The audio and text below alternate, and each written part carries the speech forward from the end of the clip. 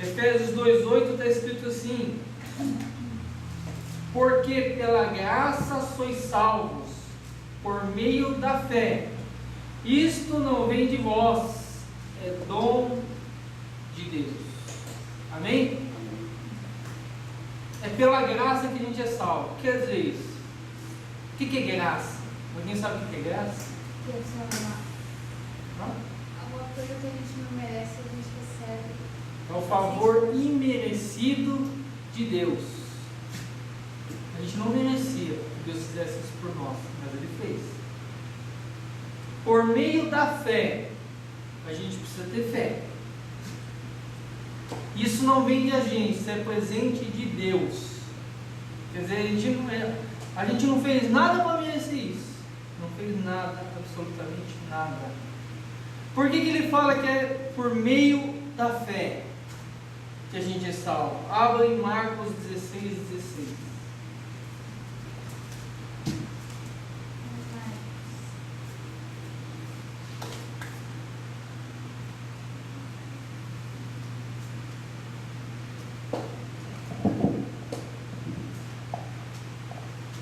Olha o que está escrito aí: quem crer e for batizado será salvo, mas quem não crer será condenado.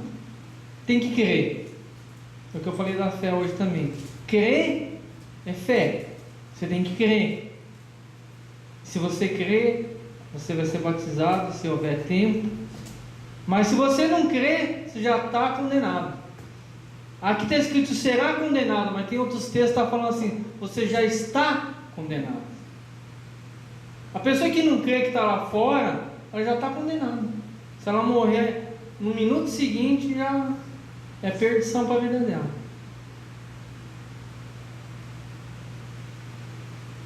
Abra em Atos 15:11.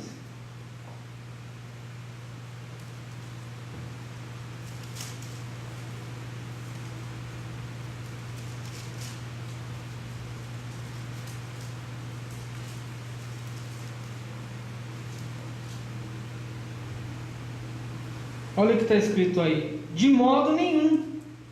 Cremos que somos salvos pela graça do nosso Senhor Jesus, assim como eles. A gente crê que é pela graça, que se não houvesse graça, a gente não seria salvo. O que quer dizer isso?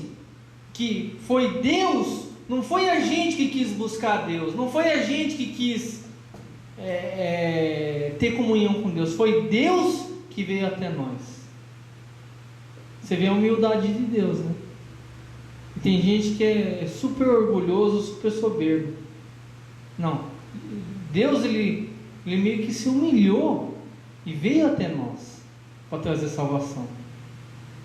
Porque a Bíblia fala em Romanos que a gente não queria nada com Deus. Deus que veio atrás da gente. É igual você brigar com alguém e você falar: não, enquanto ela não vir pedir desculpa, eu também não vou falar com essa pessoa. Só que no caso essa pessoa é Deus. Deus ele não fez isso. Ele falou: não, eu vou lá ver se eu consigo reconciliar com aquela pessoa. Deus, quer dizer, Deus ele é humilde desse jeito. Jesus foi humilde desse jeito, tentando a gente orgulhosa hoje. É por isso que Deus ele fala que ele odeia soberbo, porque ele não é. E ele é Deus. E ele podia ser soberbo porque ele é Deus, ele é supremo, ele é onipotente, onipresente, ele é soberano. Ele podia ser orgulhoso, porque ele que manda em tudo, ele que fez tudo. Ele pode mandar tudo para o inferno se ele quiser, mas ele não é. Então por isso que ele não aceita o ser humano, que é igual uma erva do campo. Ele não aceita que seja orgulhoso. E o que acontece? Então tudo vem de Deus, gente. Isso não vem de vós, é dom de Deus, é presente de Deus. Abra lá em Filipenses 2:13.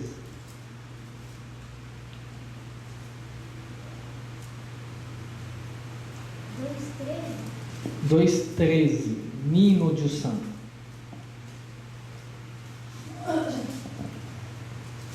Filipenses 2:13.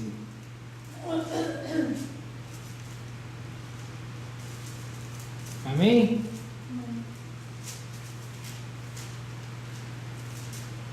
Eu espero. Olha o que está escrito aí: porque Deus é quem efetua em vós tanto o querer como realizar, segundo sua boa vontade. É o que eu já falei muitas vezes aqui no culto aqui já. Se você está vindo aqui é porque Deus te fez você vir aqui. Que se dependesse de você, você não tinha vindo. Deus, ele está tendo misericórdia de você e ele está querendo fazer, ele está colocando o quê? Ele está querendo querer em você, de buscar ele. Porque se ele não colocar o querer dele na nossa vida, a gente não busca ele. Isso é misericórdia de Deus. Tem gente que vai na igreja e já está fazendo favor para Deus. Ela está indo porque Deus está colocando o desejo no coração dela. Porque se não colocasse, ela não ia. Deus, por isso que fala que muitos são chamados, poucos escolhidos. Aqueles que são escolhidos, Deus vai colocar no coração deles para buscar. Mas aqueles que não são vão ficar de lado. Não vão querer nada com nada, não. Então o que a gente aprende aqui? Que no evangelismo não depende da gente. É isso que a gente está aprendendo aqui. É uma coisa que vem de Deus. Então, esses versículos que vocês estão aprendendo aqui, é uma coisa que quando você for evangelizar uma pessoa, você vai explicar isso para ela. Fala, ó, Deus, Ele quer ter comunhão com você e Ele está querendo trazer a salvação para você. O Paul Washer, ele falou uma coisa seguinte, assim, ele falou assim, ó, eu vou ser bem simples, só existe 2 tipos de religião no mundo. Paul Washer falou. Eu vou fazer uma divisão bem simples para vocês entenderem. É aquela que é a fé, é pela fé, é a salvação pela fé, que é a salvação do cristianismo, e o resto das religiões é pelas obras. Se você pesquisar e estudar cada religião no mundo, todas são por obras. Todas. O catolicismo que veio do cristianismo é por obras. Você tem que fazer alguma coisa para ser salvo. A gente não tem que fazer nada para ser salvo. A gente não consegue fazer nada para ser salvo. Simples isso. O espiritismo que ele fala, você vai reencarnando, né? E se você fez mal na reencarnação passada, na geração passada, você vem aqui e paga os teus pecados, né? E esse negócio de reencarnação, eles falam que até você reencarna até num bicho. E que às vezes você não pode nem matar uma barata. Não mata aquela barata não, pode ser tua tia, teu tio, teu avô.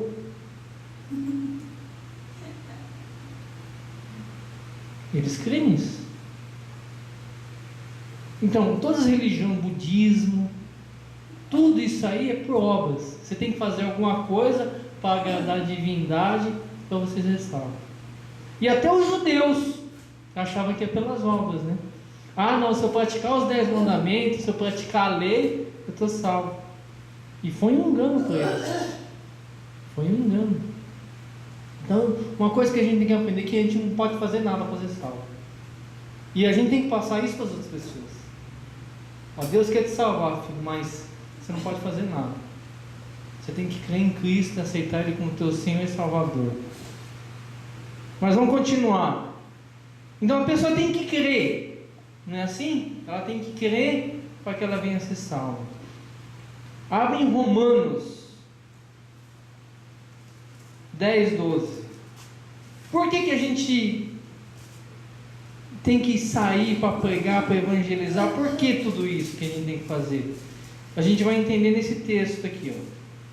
Romanos 10, 12. Amém? Olha o que está escrito: porquanto não há diferença entre judeu e grego, porque o mesmo é Senhor de todos, rico para com todos os que invocam. Quer dizer, hoje em dia não existe mais diferença. Antes era o povo judeu, era o povo escolhido. Hoje em dia não, é todo mundo. Mas continua: porque todo aquele que invocar o nome do Senhor será salvo. Como, pois, invocarão aquele a quem não creram? E como crerão naquele em quem não ouviram? E como ouvirão se não há quem pregue? E como pregarão se não forem enviados? Como está escrito: quão formosos os pés daqueles que anunciam o evangelho da paz, dos que trazem alegres e novas de boas coisas. O que ele fala? Aquele que invocar o nome do Senhor será salvo. Senhor, então a pessoa pensa que ficar gritando dentro da igreja: Senhor Jesus, me salva. Pensa que assim vai ser salvo. Não é assim. É igual eu estava falando do pregador. Ele acha que, quem quer aceitar Jesus hoje? Aí vem aqui um monte de gente na frente. Vamos fazer uma oração comigo, vamos aceitar Cristo. E faz aquela oração: Senhor, escreve o nome dele no livro da vida. E muita gente veio naquele culto, aceitou Jesus, vai embora, não sabe mais, volta na igreja. Foi salvo? Não vai ser salvo. Mas o que ele fala aqui? O que precisa para as pessoas receber? Mas como que invocarão se não creram? Eles têm que crer para invocar primeiro. O invocar aqui é você colocar a tua confiança em Deus. O invocar aqui é você colocar a tua vida na mão de Deus. É você se entregar para Deus. Se invocar que está falando aqui é você se entregar para Deus. Não é simplesmente você falar alguma coisinha na igreja e já está bom, já está tudo certo. Não. Mas como que vão invocar se não vai querer? A pessoa vem aqui na frente e aceita Jesus, ela não sabe nem quem é Jesus. Ela não sabe nem o que é salvação. Ela não sabe nem o que Jesus fez por ela. Não sabe nada. E como que ela aceita Jesus assim? Você vê que está tudo errado na igreja hoje. Não é assim que faz as pessoas aceitar Cristo. Você tem que explicar sobre salvação. Para fazer o casal lá que não está vindo, para eles aceitar Jesus, eu não foi o primeiro dia que eles eram à igreja que eu falei: eu vou orar para vocês aceitar Jesus. Não. Eu expliquei uma série de coisas para ele primeiro. Vocês entenderam? Vocês aceitam? Aceitamos. Aí eu fiz a oração. Aí depois a gente batizou eles. Mas a pessoa entrou no primeiro dia na igreja, nunca foi em igreja, não sabe de nada da Bíblia. Quem quer aceitar Jesus? A pessoa emocionada vai e vem. Aceita Jesus, aí vai embora, nunca mais volta para a igreja. Quantas igrejas que eu já vi fazer isso? Mas como crerão se não ouviram? Como que ele vai crer se não ouve? Então ninguém pode falar que tem fé se nem ouviu do Evangelho, se nem foi ensinado nada. E como ouvirão se não há quem pregue? Tem igreja que está pregando tudo menos sobre salvação. Você vê uma sequência de coisas que tem que acontecer primeiro? E como pregarão se não forem enviados? Aí eu coloco uma outra pergunta depois dessa. Não tem outra pergunta aqui, mas eu vou colocar: mas como serão enviados se não são preparados para serem enviados? É isso que você está fazendo aqui hoje. Para você ser enviado, para você pregar, você precisa primeiro aprender o que você vai pregar. Porque se você pregar asneira, você bota tudo por terra o que Deus está fazendo. A obra de Deus. Você vai, em vez de você querer ajudar a Deus, você vai estragar tudo o que Deus está fazendo. E vai ensinar tudo errado para as pessoas. Então a gente precisa saber primeiro o que a gente vai ensinar para as pessoas. E a gente indo pregar, o que vai acontecer? Elas vão crer. E se elas crerem, elas vão invocar o nome do Senhor. E se elas invocar o nome do Senhor, que elas vão conhecer a Deus, elas vão ser salvas. Então é um processo. Não é chegar aqui na frente: eu sei que Jesus e acabou. Não funciona assim. Mas a maioria das igrejas faz isso. A maioria das igrejas está fazendo isso. E o pregador se vangloria: 100 almas para Jesus esse fim de semana, 200 almas nesse domingo, 300 almas, como se fosse uma festa assim, salvar a gente. Não funciona isso, gente. Isso é tudo marketing, isso é tudo propaganda. Por que o cara coloca isso no site dele? Para ele ficar mais famoso. Para um monte de gente chamar ele para ele pregar em um monte de lugar, para ele ganhar mais dinheiro de oferta. É isso que eles falam. Por quê? Porque ele é itinerante, né, que fala, pregador itinerante. Pregador itinerante, o que é? Ele não é um pastor de uma igreja. Ele não fica fixo numa igreja, discipulando as pessoas, ensinando, pastoreando, não. Ele, cada dia está numa igreja pregando. E muitas vezes esse pregador só tem uma mensagem. Todas as igrejas que ele vai, ele prega a mesma mensagem. Por isso que quando ele vai pregar na igreja, ele é sugoi a pregação dele. Porque ele já sabe de qual a pregação. Tem pregação que enche o teu olho. Nossa, como ele explica bem a Bíblia. Mas por quê? Porque ele já pregou umas 50 vezes aquela mesma pregação. Em vários lugares que passou. O difícil é você ser pastor de igreja e todo culto você tem que trazer uma mensagem nova para a igreja. Poxa, se eu ficar um mês aqui, todo sábado e todo domingo, ó, 8 vezes, com a mesma pregação, vocês vão enjoar. Não é? Vão enjoar. Por mais que eu me esforce aqui. Mas quem é pastor itinerante, ninguém conhece ele. Então aquela pregação que ele já está careca de saber, ele fala. Mas não resolve isso. Porque ele fala, quem quer aceitar? Aí vem aquele monte de gente aceitar Jesus. Ele nunca mais volta naquela igreja. Ele não está preocupado se as pessoas aceitam Jesus, se elas vão ser discipuladas, se elas vão ser batizadas. Não está nem aí. Não é responsabilidade dele. A responsabilidade dele fica para o pastor da igreja que fica aqui. E se ele também na hora do culto, na hora dele pregar, ele falar um monte de asneira, igual a minha esposa falou, né? Desce um alicate aqui, ele não tem responsabilidade com a igreja, não é de lá. Ele fala que um monte de besteira aquele dia, vai embora, ele vai pregar em outros lugares. Agora, se eu começar a falar uma coisa dessa aqui na igreja, complica. Não, o pastor está louco, está pedindo um alicate do céu, o que é isso? O pastor está falando. Então esse tipo de pastor, eles não têm pregador, né? Não digo nem pastor, porque isso não é pastor, isso é pregador. É fácil. Esse tipo de vida, e os caras ganham dinheiro, muito dinheiro. Mas esse tipo de vida é fácil. Você não precisa preparar a mensagem, você fala qualquer coisa na igreja, você vai embora, né? Daniel deve estar perdendo a mesma coisa de lavando um lugarzinho que ninguém conhece. Complicado, né? Então, existe todo um processo, gente. Evangelismo, falar de Jesus, falar não é simples assim. Não é simples. Mas como, e está falando que é por meio da fé, como que a gente vai gerar fé no coração das pessoas? Abra sua Bíblia em Romanos 10, 17. Está aberto. Está aberto. Romanos 10, 17. Amém? De sorte que a fé é pelo ouvir, e ouvir pela palavra de Deus. Para que as pessoas possam ter fé, para que as pessoas possam crer, elas têm que ouvir a palavra de Deus. Não ouvir qualquer coisa, qualquer balela. Não, é ouvir a palavra de Deus e de acordo com a interpretação que a Bíblia ensina que tem que se dar. Que eu posso usar a palavra de Deus e falar qualquer besteira aqui para você. O diabo usou a palavra de Deus para fazer Jesus se matar.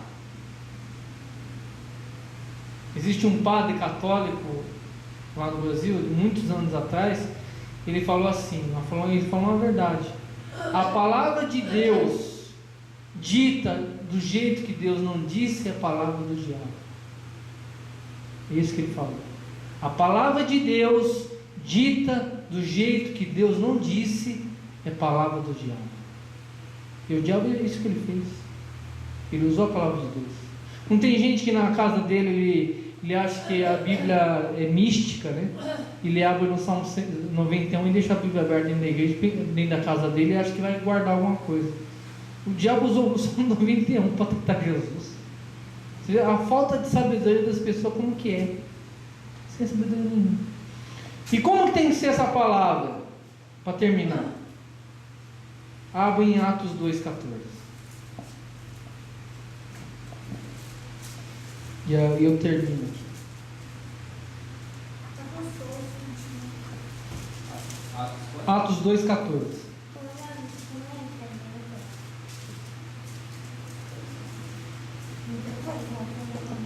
Amém? 2,14 está escrito assim: Pedro, porém, pondo-se em pé com os 11, levantou a sua voz e disse-lhes: Homens judeus, e todos que habitais em Jerusalém, seja-vos isso notório, escutai as minhas palavras. Quer dizer, Pedro aqui, eles tinham acabado de receber o Espírito Santo no Pentecostes. E as pessoas olhando eles, o que está acontecendo? A gente está ouvindo eles na nossa própria língua. E tinha gente que estava zombando e falou assim: eles estão embriagados. Aí Pedro se levantou nessa hora aqui: Estes homens não estão embriagados como vós pensais, sendo a terceira hora do dia. A terceira hora do dia é 9 da manhã, tá, gente? Mas isso que foi dito pelo profeta Joel: E nos últimos dias acontecerá, diz Deus, que do meu espírito derramarei sobre toda a carne, e os vossos filhos e vossas filhas profetizarão, e os vossos jovens terão visões, e vossos velhos terão sonhos, e também do meu espírito derramarei sobre os meus servos, minhas servas naqueles dias, e profetizarão. E farei aparecer prodígios em cima no céu e sinais embaixo na terra, sangue, fogo e vapor de fumo. O sol se converterá em trevas e a lua em sangue, antes de chegar o grande dia antes do grande dia, grande e glorioso dia do Senhor. E acontecerá que todo aquele que invocar o meu nome será salvo. Homens israelitas, escutai essas palavras: a Jesus Nazareno, homem aprovado por Deus entre vós, com maravilhas, prodígios, sinais, que Deus por ele fez no meio de vós, como também mesmos bem sabeis. A este vos foi entregue pelo determinado conselho e presciência de Deus, prendestes, crucificastes e mataste pelas mãos de injustos, ao qual Deus ressuscitou, soltas as ânsias da morte, pois não era possível que fosse retido por ela. Porque dele disse Davi: sempre vi diante de mim o Senhor, porque está à minha direita, para que não seja comovido. Por isso se alegrou meu coração e a minha língua exultou. E ainda a minha carne há de repousar em esperança, pois não deixará a minha alma no inferno, e nem permitirá que o teu santo veja a corrupção. Fizeste-me conhecido os caminhos da vida, com a tua face me encherás de júbilo. Homens e irmãos, seja lícito dizer-vos livremente acerca do patriarca Davi, que ele morreu e foi sepultado, e entre nós está até hoje a sua sepultura. E sendo, pois, ele profeta, e sabendo Deus que lhe havia prometido com juramentos do fruto dos seus lombos, segundo a carne, levantaria o Cristo para assentar sobre o seu trono. E nesta previsão disse a ressurreição de Cristo, que a sua alma não foi deixada no inferno, nem sua carne viu a corrupção. Deus ressuscitou esse Jesus, que a todos nós somos testemunhas, de sorte que, exaltado pela destra de Deus e tendo recebido do Pai a promessa do Espírito Santo, derramou isto que vós agora vedes e ouvis. Porque Davi não subiu aos céus, mas ele próprio disse o Senhor ao meu Senhor: assenta-te à minha direita, até que eu ponha teus inimigos por escabelo dos teus pés. Saiba, pois, com certeza toda a casa de Israel, que a esse Jesus, a quem crucificaste, Deus o fez Senhor e Cristo. E ouvindo eles isso, compungiram-se o seu coração e perguntaram a Pedro e aos demais apóstolos: que faremos, homens e irmãos?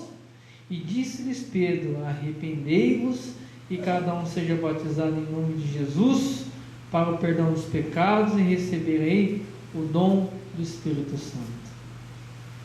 O que Pedro fez? Pregou sobre Jesus. A gente tem que pregar sobre Jesus. É simples. Mas para a gente pregar sobre Jesus, a gente tem que conhecer Jesus. A gente tem que ler a Bíblia. A gente tem que saber o que Jesus fazia, como Jesus pensava, como que Jesus andava.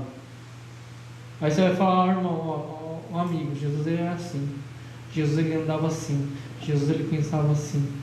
O que a gente tem que pregar sobre Cristo não é pregar: irmão, você está passando dificuldade no casamento, vamos lá na igreja, Deus vai abençoar a tua vida. Ó, irmão, você está desempregado, vamos lá na igreja para arranjar emprego.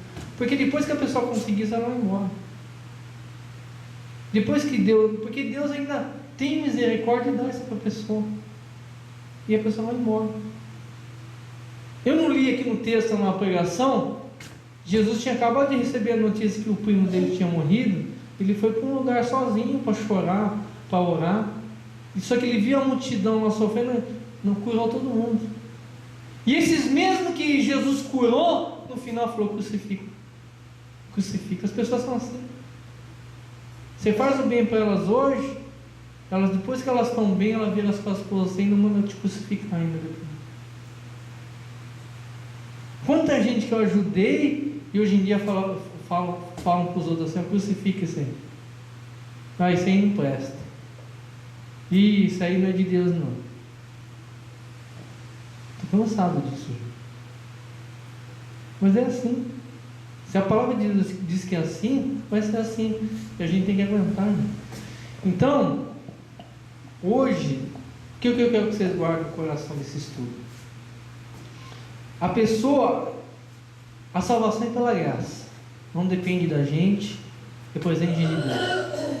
A gente não pode fazer nada para ser salvo, a não ser crer em Cristo e aceitar o sacrifício dele.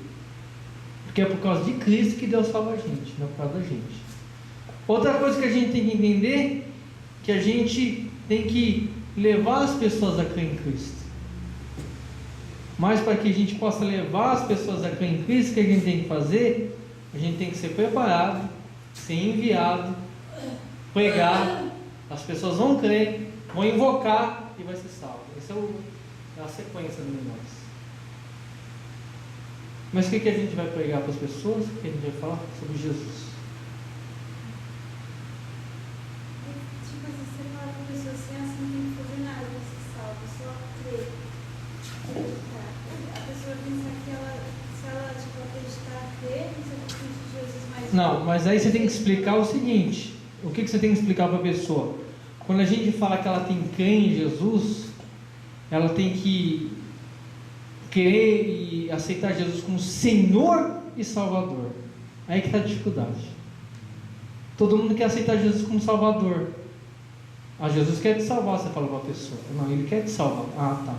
Só que Ele tem que ser seu Senhor. Então, mas o Evangelho você tem que obedecer para ser salvo. Porque senão você não é salvo. Sim. Mas aí você tem que explicar para a pessoa. Se essa pessoa vai ser salva porque Jesus é o Senhor, você tem que explicar para a pessoa: você vai se tornar um servo de Cristo. Às vezes vai se tornar um escravo de Cristo. Aí você pergunta para a pessoa: você já viu escravo ter algum direito? Aí sabe o que a pessoa vai falar para você? Por que eu não posso fazer a minha vontade? Aí você vai lá em Provérbios e fala assim: ó, há caminhos que para o homem são caminhos bons, mas no final são caminhos de morte. Tudo você tem que usar a Bíblia.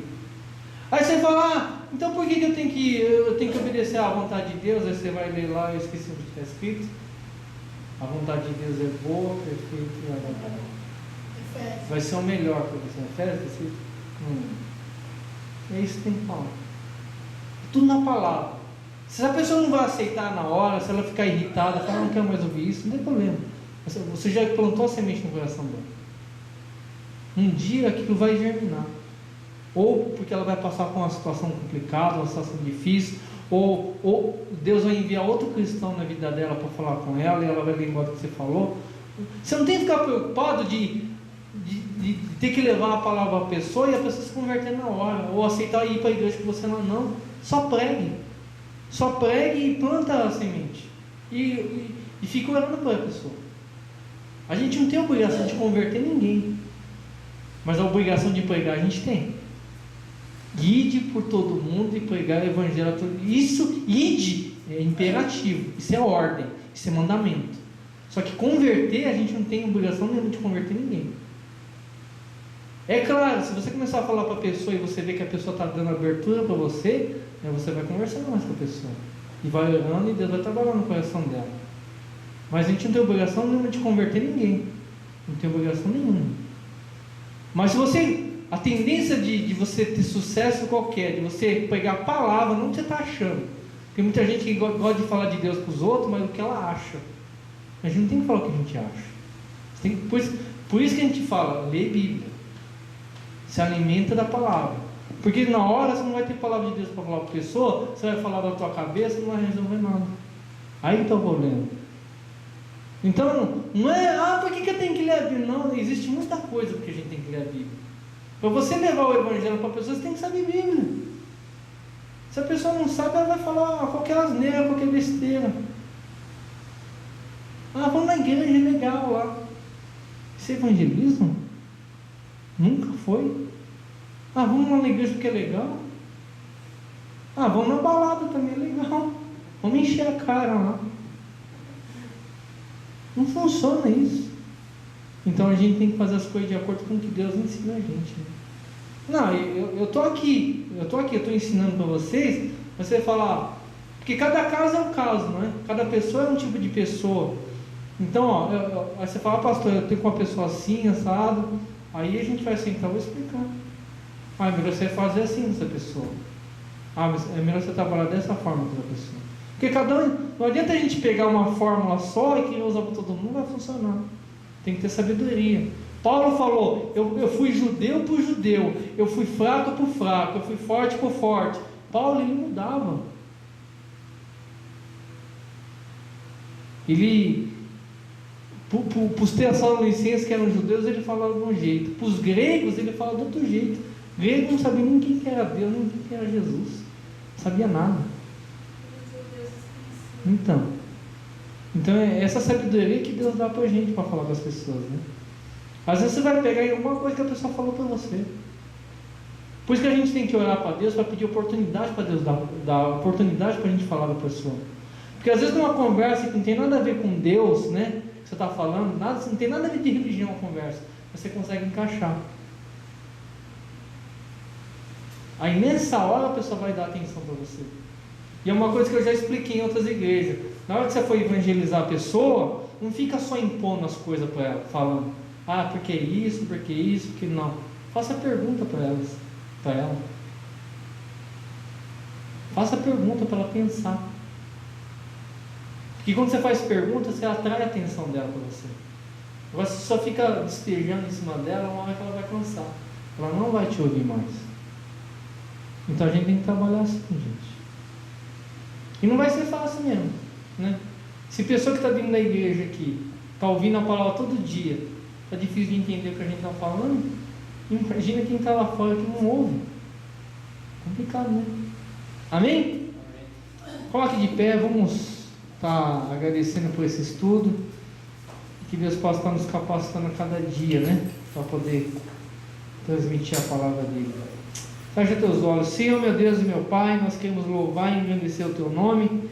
Vem sobre as nossas vidas, Senhor, nos capacita, que a gente possa, meu Deus, se encher da Tua palavra, Senhor, na hora que nós precisarmos, nós vamos ter nos nossos arquivos, no nosso coração, a palavra certa para entregar para a pessoa certa, Senhor, porque nós temos certeza que o Espírito Santo naquela hora vai abrir aquela gaveta do nosso coração, vai pegar aquele versículo específico e trazer a nossa mente para que a gente possa transmitir aquela pessoa, e aquele versículo vai tocar na vida dela, ela vai ver que ela precisa de Deus. Então nos dá direção, nos guia em todas as coisas, e tudo que a gente está aprendendo aqui, se a gente possa praticar, a gente possa colocar, meu Deus, de acordo com a Tua vontade, que assim a gente possa estar trazendo as pessoas, meu Deus, para Te conhecer, e que o Teu nome venha a ser exaltado por causa disso.